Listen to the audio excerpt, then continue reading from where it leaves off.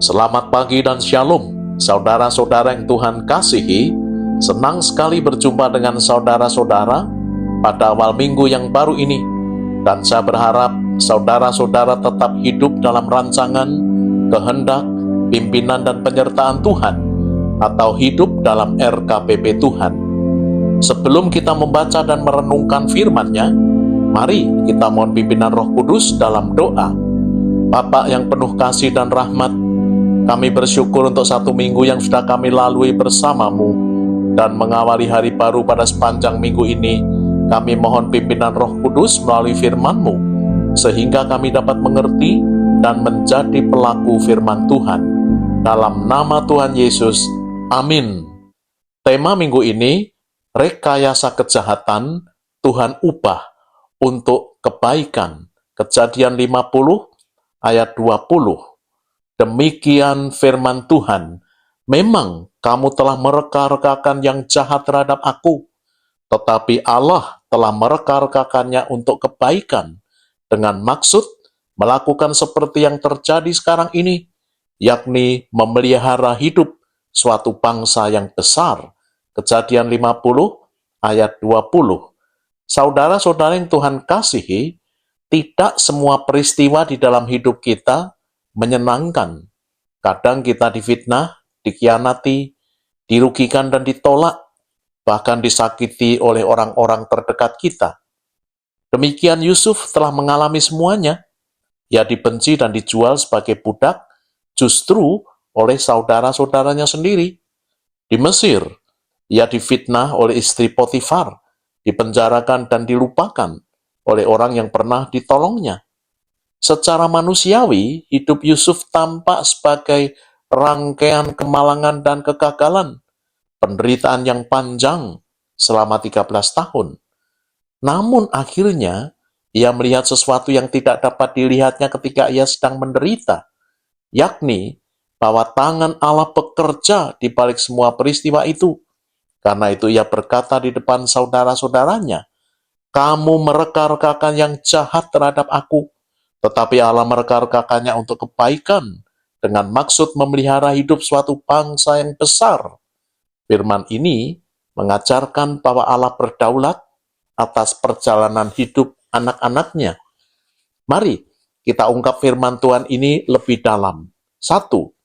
Manusia merencanakan kejahatan, tetapi Allah berdaulat. Saudara-saudara Yusuf memiliki iri hati, kebencian, dendam, dan merencanakan untuk menyingkirkan Yusuf. Mereka berpikir mereka yang mengendalikan keadaan, namun mereka tidak menyadari bahwa di atas rencana manusia ada rencana Allah yang lebih besar. Mereka menjualnya sebagai budak, tetapi Allah menjadikannya jalan menuju istana. Mereka ingin menghancurkan masa depannya, tetapi Allah mengangkatnya menjadi penguasa Mesir.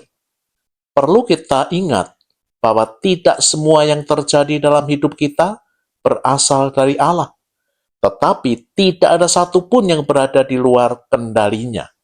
2. Allah dapat membuat luka menjadi berkat. Perhatikan bahwa Yusuf tidak berkata kejahatan itu baik. Kejahatan tetap kejahatan, dosa tetaplah dosa. Tetapi Allah dapat menghasilkan yang baik dari perbuatan jahat manusia. Dalam hidup Yusuf, sumur menjadi jalan ke Mesir. Perbudakan merupakan tempat pembentukan dan pemurnian karakternya. Penderitaan menjadi sarana pendewasaan dan pembentukan iman. Tanpa fitnah istri Potifar, Yusuf tidak akan masuk penjara. Penjara menjadi jalan ke istana.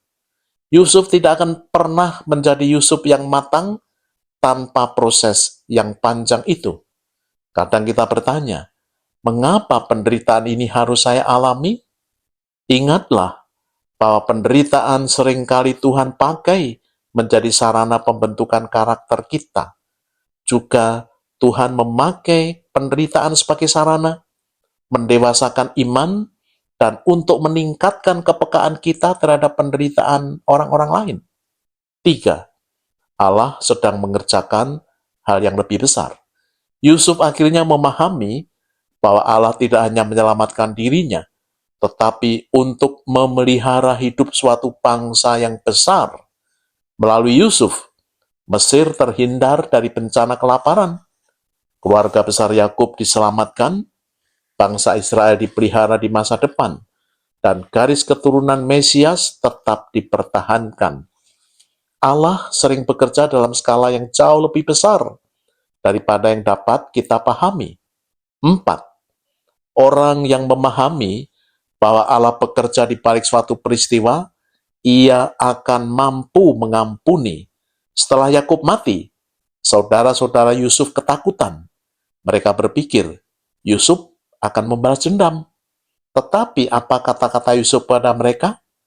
Kamu merekarkakan yang jahat terhadap aku, tetapi Allah merekarkakannya untuk kebaikan, dengan maksud memelihara suatu bangsa yang besar. Inilah salah satu bukti kedewasaan rohani Yusuf yang melihat peristiwa ini dari sudut pandang Allah, sehingga ia melihat tangan Allah di balik penderitaan yang ia alami.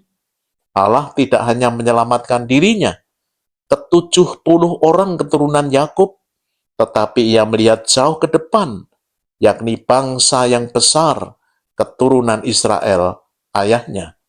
Orang yang mampu melihat Allah di balik suatu peristiwa, ia akan beroleh kekuatan untuk dapat mengampuni. Tetapi orang yang melihat suatu peristiwa hanya dari sudut pandang manusiawi saja, ia tetap dikuasai oleh kepahitan dan kebencian.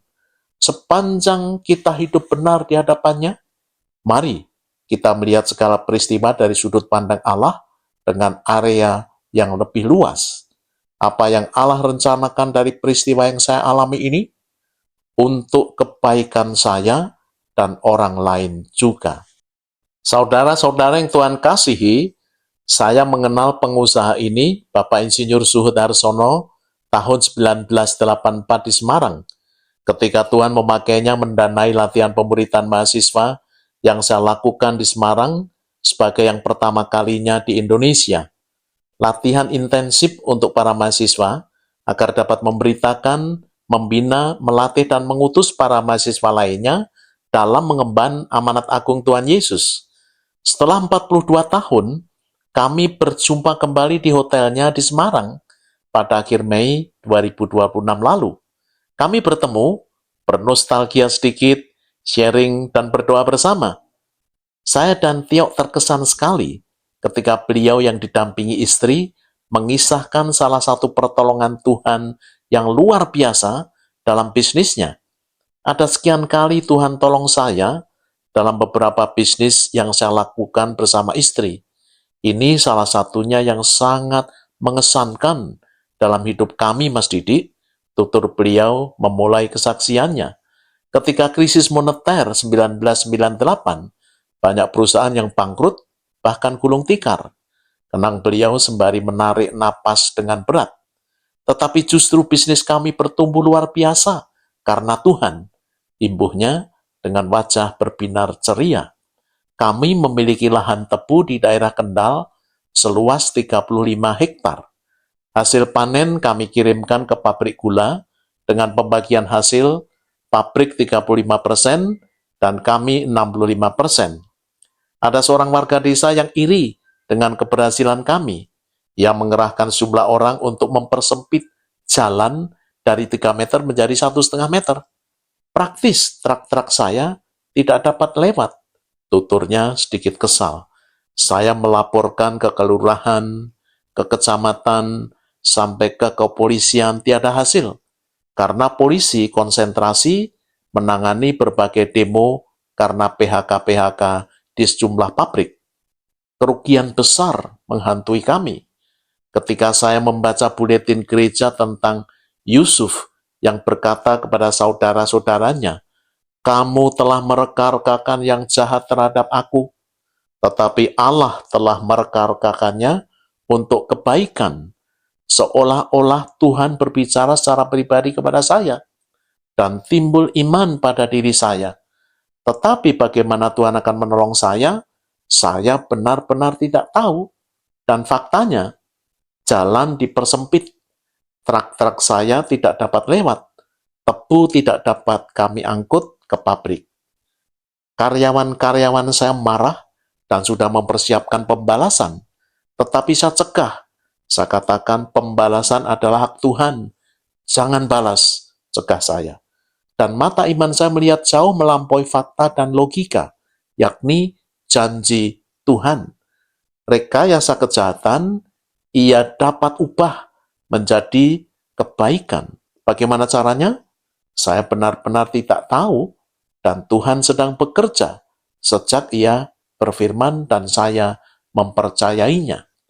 Pada akhir September, petugas-petugas pabrik datang dan bertanya, mengapa tebu-tebu belum dikirim ke pabrik, sedang masa giling hampir selesai? Saya menceritakan kejadian sebenarnya, mengapa saya tidak dapat mengirim hasil panen saya.